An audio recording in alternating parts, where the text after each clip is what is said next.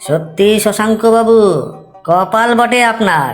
আমার তো রীতিমতো হিংসে হয় আপনাকে। সে যা বলেছেন। বলে না, কপালের নাম গোপাল। তবে কপালে নাকি বেশি দিন সুখ সয় না, তাই চিন্তা হয় মাঝে মাঝে। কি যে বলেন আপনার আবার চিন্তা! মা সরস্বতী আর মা লক্ষ্মী দুজনেরই বাস আপনার ঘরে। যেমন বিদ্যে বুদ্ধি, তেমনি ধন সম্পত্তি, কিছুরই তো অভাব নেই আপনার। দুই কন্যা দুজনেই সুশিক্ষিত, আর দুই জামাই দেখুন, ঘটনাচক্রে ঘর জামাই। তা যা বলেছেন। তবে চিন্তা তো থাকেই। মেয়ে দুটো আমার সাক্ষাৎ লক্ষ্মী, কিন্তু দুই জামাইকে নিয়েই যত সমস্যা। কেন শুনি? খুব খরচের হাত বুঝি? তবে তা তো হবেই। শ্বশুর মশাইয়ের টাকা নিজেদের পরিশ্রমের উপার্জন তো আর নয়। কথায় আছে না, সারা জীবনের কামাই লুটছে বসে দুই জামাই। হা হা হা। না না, সেসব নয়। তবে দু জামাই দুরকম। বড় জামাই সভ্য ভদ্র শিক্ষিত বুদ্ধিমান, আর ছোটটি বুদ্ধিশুদ্ধি ভারী কম, পেটে বিদ্যেও সেরকম নেই। ওটিকে নিয়েই আমার যত চিন্তা। ও তাই বুঝি? সে তো চিন্তারই কথা বটে। এত বড় বংশের মুখে চুনকালি না পড়ে। তা অভয় দেন তো, একটা কথা জিজ্ঞাসা করি।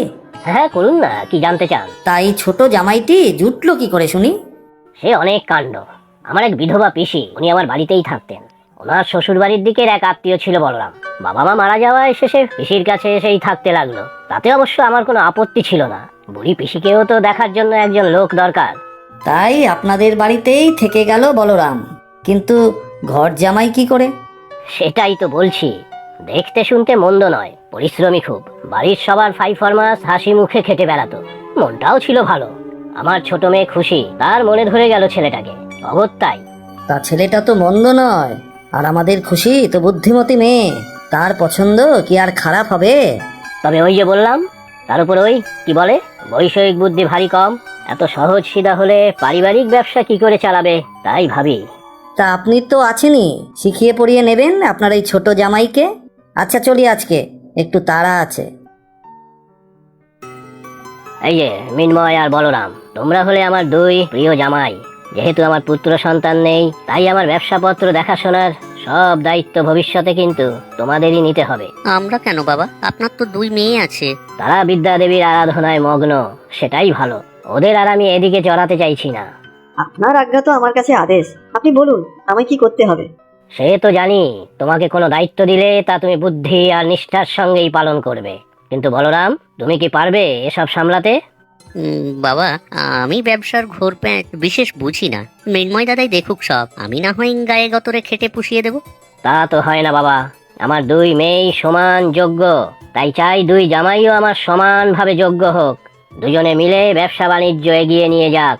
কিন্তু বাবা, আমি যে ব্যবসা বাণিজ্য কিছু সত্যিই বুঝি না।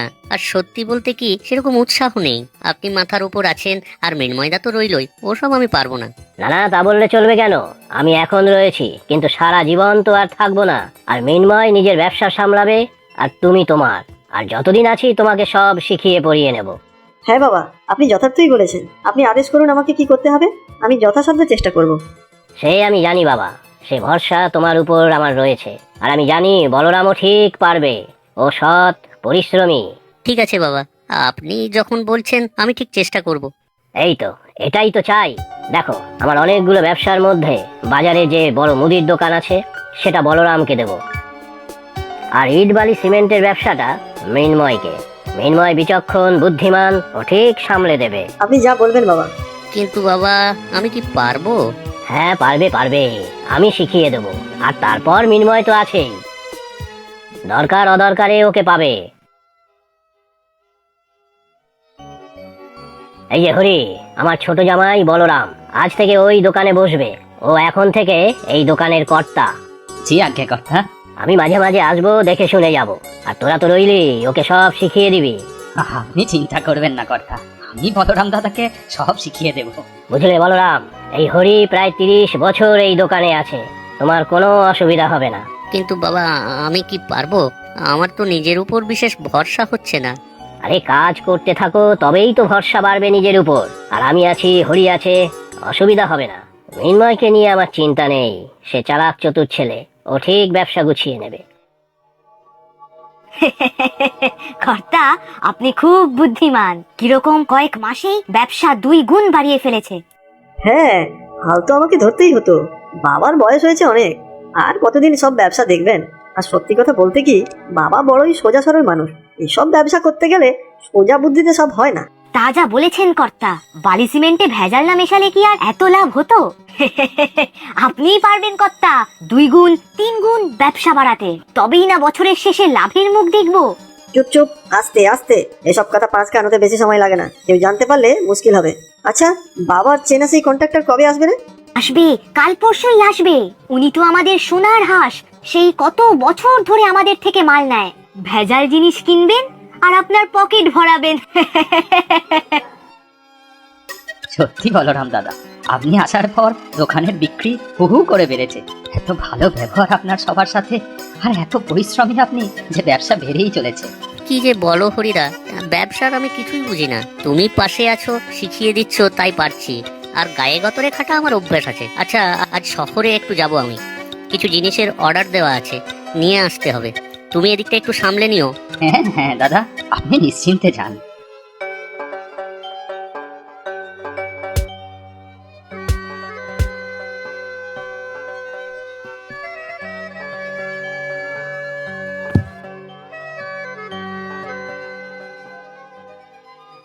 তা তোমাদের দুজনের ব্যবসা বাণিজ্য কেমন চলছে হে?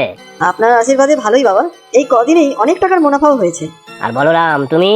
আমি তো ব্যবসা সেরকম কিছু বুঝি না। হরিদা শিখিয়ে পড়িয়ে দিচ্ছে, তাই পারছি। তবে একটা চালের বড় অর্ডার পেয়েছি। সব মালও শহর থেকে এনে গুদামে রেখে দিয়েছি। সাবাস, এই তো চাই। আমি জানতাম তুমি পারবে। তুমি পরিশ্রমী, সৎ। আপনি আমাকে ভরসা করেছেন, এই অনেক।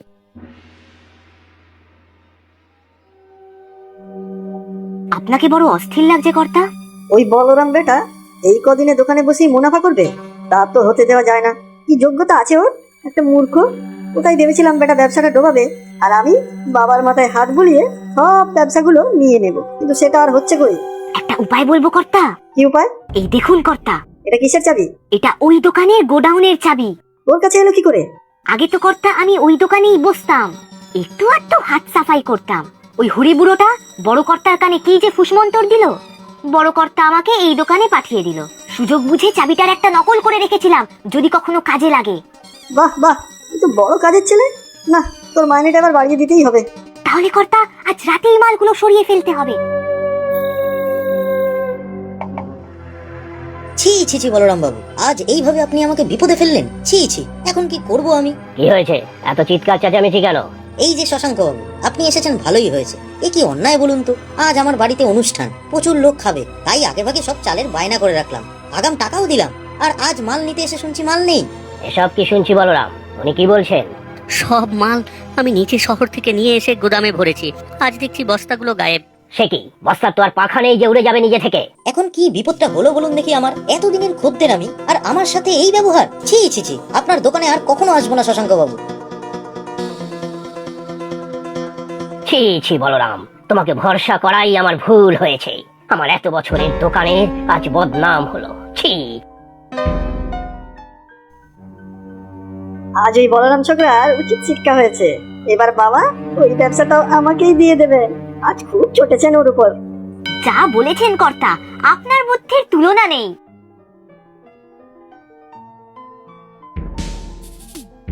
একই দারোগা বাবু আপনি? কন্ট্রাক্টর বাবু আপনিও আছেন দেখছি। হ্যাঁ, মৃন্ময় বাবুর সাথে দরকার আছে, ডাকুন ওনাকে। এই যে মৃন্ময়, দেখো তো দারোগা বাবু তোমাকে খুঁজছেন। এই যে উনি, দারোগা বাবু উনি। ওনার থেকেই আমি আমার ব্যবসার কাঁচামালগুলো কিনি, আর এত বছর ধরে কিনে আসছি। কি ব্যাপার, আমি তো কিছুই বুঝতে পারছি না। কোনো সমস্যা হয়েছে নাকি? হ্যাঁ, সমস্যাই তো। এই কন্ট্রাক্টর বাবু একটা ব্রিজ বানিয়েছিলেন, সেটা আজ সকালে ভেঙে পড়েছে। আর সেই সিমেন্ট বালি পরীক্ষা করে দেখা গেছে সেগুলো সব ভেজাল। আর আমি সিমেন্ট বালি এই মৃন্ময় বাবু থেকে নিই। উনি শশাঙ্ক বাবুর জামাই, বহু বছর ধরে এই দোকান থেকেই নিয়ে আসছি। এ কি? না না, আমি কিছু জানি না। উনি উনি উনি মিথ্যে বলছেন। দেখুন বাবা, কি যা তা বলছে ওনারা। দেখুন, উনি মিথ্যা বলছেন না। সবকিছু যাচাই করে তবেই আপনার কাছে এসেছি আমরা। এখন থানায় চলুন, যা কিছু বলার কোর্টে বলবেন। বিশ্বাস করুন, আমি জাল জিনিস বিক্রি করিনি। ওই নাড়ুই যত নষ্টের গোড়া। নাড়ুই করেছে এইসব। ছি ছি ছি ছি ছি, একই দিন দেখতে হচ্ছে আমাকে। দাঁড়ান দাঁড়ান, আরো আছে, ওনাকে ভিতরে নিয়ে আসুন। নাড়ু তুই? হ্যাঁ, ওকে আমরাই ধরেছি। বেআইনিভাবে বেশ কিছু চালের বস্তা পাচার করতে যাচ্ছিল। কোনো বৈধ কাগজপত্র এর কাছে পাইনি, আর জেরার মুখে স্বীকার করেছে যে এগুলো সব চুরি করা চাল। আর এসব ও করেছে মৃন্ময় বাবুর বুদ্ধিতে। ওর কাছে নকল চাবিও পাওয়া গেছে। না, সব মিথ্যে কথা। বাবা, আপনি বিশ্বাস করবেন না, আমি এই কাজ করিনি। আজ আমি বুঝতে পারছি সেদিন বলরামের দোকান থেকে কেন চাল কম পড়েছিল। ছি ছি ছি ছি, যার উপরে এত ভরসা করেছিলাম সেই আমার মুখ পোড়ালো। চলুন মৃন্ময় বাবু, ভেজাল জিনিসের ব্যবসা করার জন্য আপনাকে গ্রেপ্তার করা হলো। এই নিয়ে চলো ওদের।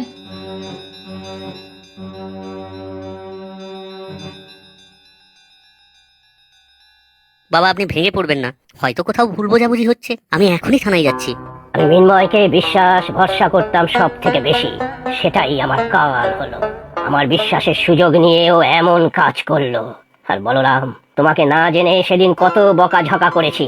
তোমার হয়তো এত বুদ্ধি নেই, কিন্তু তুমি সৎ। এখন বুঝতে পারছি আমার ছোট মেয়ে ঠিক লোককেই জীবন সঙ্গী হিসাবে বেছেছে। আজ থেকে আমার সব ব্যবসার ভার তোমার। নিজের পরিশ্রম সততা দিয়ে অনেক বড় হও বাবা, অনেক বড় হও।